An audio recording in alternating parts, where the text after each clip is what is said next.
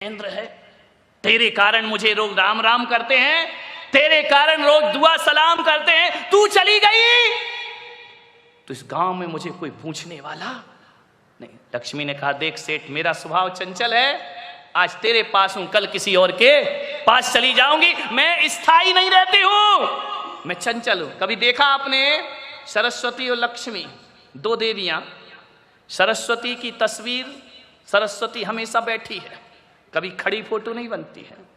लक्ष्मी की कभी बैठी नहीं बनती, वो खड़ी रहती है। मैंने कहा ऐसे चित्र क्यों बनते हैं? सरस्वती कहीं भी देखना वीणा लिए आसन लगाए बैठी है, लक्ष्मी खड़ी है। मैंने पूछा ऐसा क्यों है? तो बोले एक बात ध्यान रखना, लक्ष्मी का स्वभाव चंचल है, वो आती भी है और जाती भी है, वो आएगी और चली जाएगी। सरस्वती का स्वभाव थोड़ा अलग है, एक तो वो आती नहीं है और आ जाए तो फिर छोड़कर कभी जाती नहीं है। ध्यान रखना। आपने ये तो सुना होगा कि कई लाखपति खाकपति हो गए, कई करोड़पति सड़क छाप हो गए, लेकिन कभी नहीं सुना होगा कोई ज्ञानी अज्ञानी हो गया। ऐसा कभी नहीं हुआ करता है। सरस्वती आ जाए तो फिर छोड़ करके जाती, वो बैठ जाती है। बहुत मुश्किल से मिलती है सरस्वती। ध्यान, लक्ष्मी तो कमा सकते हो, सरस्वती बहुत कठिन होती है। सेठ ने कहा कि लक्ष्मी तू सब कुछ कर ले, मुझे छोड़ के मत जा। लक्ष्मी ने कहा मैं जाऊंगी तो जरूर सेठ, मेरा टाइम हो गया है, पूना वालों के प्रवचन समाप्त का टाइम हो गया है, ज्यादा मत खींचो, मैं जाऊंगी। सेठ ने कहा लक्ष्मी तुझे जो कम करना है कर ले, एक आध रिश्तेदार कम कर ले, लेकिन तू कम मत हो, तू पूरी रह यहां। देख मैंने तेरे लिए सब कुछ छोड़ दिया, घर छोड़ दिया, रिश्ते नाते छोड़ दिए, मंदिर जाना बंद कर दिया, साधुओं के प्रवचन में जाना बंद कर दिया। किसके लिए? तेरे लिए। तू ही मुझे छोड़कर जा रही है। लक्ष्मी ने कहा मैंने कब कहा था तू ये सब बंद कर दे, ये तेरी बुद्धि थी, मैं क्या कर सकती हूं, लेकिन मैं जाऊंगी। सेठ ने कहा कुछ तो रहम कर देवी। लक्ष्मी ने कहा सेठ 25 साल से तेरे साथ रह रही हूं, मुझे तुझसे प्रेम हो गया। अरे बोले प्रेम हो गया तो क्यों जा रही है? बोले प्रेम में थोड़ा विरह और ज्यादा मजा देता है, इसलिए मेरा जाना जरूरी है। लेकिन सेठ तू इतना रो रहा है, गिड़गिड़ा रहा है, तो चल मैं जाते जाते तुझे एक वरदान देती हूं। अरे सेठ ने कहा वरदान? बोले हाँ दे दे। अब सेठ को मजा आ गया। उसने कहा एक वरदान में 12 न्यारा हो जाऊंगा, दे दे। लक्ष्मी ने कहा ध्यान रख। एक क्या हुआ, एक बार एक शिव जी के मंदिर में एक चोर चला गया, और जैसे ही गया शिव जी प्रकट हो गए, बोले मांग वरदान। अरे उसने कहा यार वरदान, हम जैसे को वरदान, बेईमानों को वरदान। शिव जी तो भोले भाले, उन्होंने कहा मांग ले, लेकिन एक बात ध्यान रखना, चोर भी क्या एक बानिया। उसने कहा कि एक बात ध्यान रखना, वरदान एक ही दूंगा, दो नहीं दूंगा। बनी ने कहा ठीक है, एक ही वरदान बहुत है, एक में ही 12 न्यारा हो जाऊंगा। तो शिव जी ने कहा मांगो। बोले रुको, ध्यान रखना, बनिया बिना मीटिंग के कुछ नहीं करता।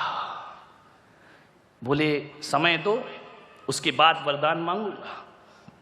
शिव जी ने कहा दिया समय। बोले 1 घंटे का समय दे दो, बिना 1 घंटे के समय के मैं वरदान नहीं मांग सकता, मैं घर होके आता हूं। शिव जी ने कहा जा हुआ घर।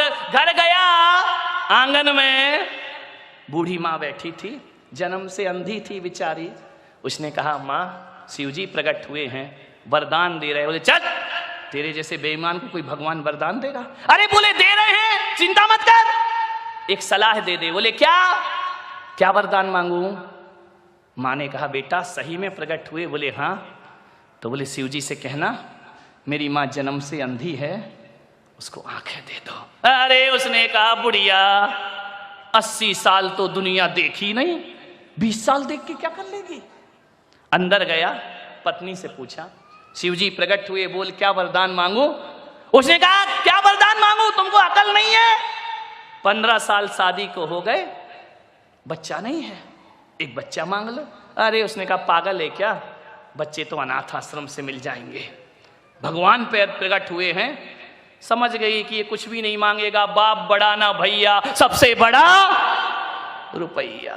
चला गया शिव जी के पास। शिव जी ने कहा मांग वरदान। बोले दोगे? बोले हाँ। बोले दोगे? बोले पक्का? बोले पक्का। अरे यार तू अपने जैसा बेईमान क्यों समझ रहा है? जब बोल दिया दूंगा तो दूंगा। तो बोले दो शिव जी मुझे वरदान। बोले क्या? बोले एक बात याद रखना, एक ही वरदान मांगना, दो नहीं। बोले नहीं एक ही मांगूंगा, आप चिंता मत करो। बोले मांग। उसने कहा मेरी माँ अपने पोते को सोने की थाली में खाना खाते देखे। कुछ लोगों को घर जाके समझ में आएगा। एक ही वरदान चाहिए, बस एक, ध्यान रखना। मेरी मां अपने पोते को सोने की थाली में खाना खाते। अरे शिव जी ने कहा लपेट लिया मुझे। बोले ध्यान रखना, एक वरदान, बनियों से सावधान। देखो सरकार भी लिखती है दीवारों पर, मैंने पढ़ा मिलिंद जी, एक दीवार पर लिखा देश के सच्चे नागरिक बनिए। समझ आ गया क्या? देश के सच्चे नागरिक और कोई नहीं, ध्यान रखना। मान्यवर सेठ से लक्ष्मी ने कहा वरदान मांग। सेठ ने कहा लक्ष्मी एक दिन की मोहलत दे दे। बोले दी, कल जाऊंगी, ध्यान रखना। सेठ की 4 बहुएं थी। सेठ ने चारों बहुओं को बुलाया कि जल्दी आओ, अब हमारे दिन बुरे आ गए। बड़ी बहू ने कहा पिताजी इतने उदास क्यों, इतने सीरियस क्यों सुबह सुबह? आप तो बड़े खुश रहते थे। बोले बेटा अब उदास रहने के दिन आ गए। बोले क्यों? बोले रात को लक्ष्मी आई और वो कह रही है कि मैं तुम्हारे घर को छोड़ के, बेटा कल से अपने को कौन सेठ कहेगा, कल अपना क्या होगा, ये महल बिक जाएगा, ये भवन बिक जाएगा, सड़क पे आ जाएंगे, क्या करें पिताजी? बोले एक वरदान लक्ष्मी दे रही है, लेकिन वो कह रही वरदान एक ही दूंगी, दो नहीं। तो बड़ी बहू तू घर की है, बता क्या वरदान मांगू? अरे पिताजी लक्ष्मी को बोलो तुझे जा रही है तो जाते जाते एक काम कर, अमेरिका का सारा सोना हमारे घर में भर दे। अच्छा ठीक है, सलाह तो सलाह है। दूसरी बहू से कहा बेटा तू बता। उसने कहा पिताजी मैं क्या बोलूं, बड़ी भाभी जो कह रही है मांग लो। बोले नहीं बेटा तू भी बता। बोले मैं तो ये कह रही हूं कि ये सोना मोना तो देखो वो लाने नहीं देंगे, अमेरिका वाली लफड़े की बातें हैं, और ये मोदी पकड़ लेगा अपने को रास्ते में। तो बोले क्या करूं? बोले ये करो, आजकल अस्पताल स्कूलों का धंधा बहुत चल रहा है। तो बोले क्या करूं? बोले जितने भी पूना में अस्पताल हैं वो कहना हमारे नाम कर दे, हम जिंदगी अपनी काट लेंगे। सेठ ने कहा ठीक। तीसरी बहू से पूछा बहू तू बता क्या वरदान मांगू?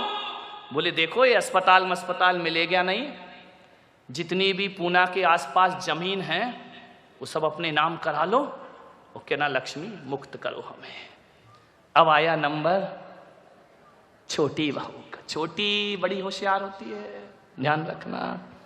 मुझे छोटी ना समझो कमाल करूंगी। माँ बाप अक्सर या तो बड़ी बहू के पास रहते हैं, या खैर अब तो लफड़ा ही खत्म हो गया बड़ी छोटी का, अब तो एक ही बच्ची है वो, ध्यान रखना। या तो बड़ी के पास रहेंगे या छोटी के पास। ट्रेन में देखना या तो इंजन महत्वपूर्ण होता है या गार्ड का डिब्बा, बीच के डिब्बे तो बेचारे यहाँ वहां होते रहते, इधर जाना उधर जाना, कीमत उन्हें की है। अखबार में या फ्रंट की कीमत है या बैक की, बीच का तो भर दिया जाता है, ध्यान रखिए। बीच वाले देखो नाराज मत होना। अब क्या करो, ये माँ बाप की आदत है, मैं क्या करूं। विचार। छोटी बहू ने कहा पिताजी मुझसे सलाह मत मांगो। बोले क्यों? बोले मैं छोटी हूं, मैं क्या जानूं। पिता ने कहा तू छोटी है तो क्या हुआ, तू इस घर की मेंबर है, सदस्य है, तेरा भी हक है, मैं मानूं या ना मानूं, सलाह दे। ध्यान रखना, जिस घर के बड़े बुजुर्ग बच्चों से सलाह लेके काम करते हैं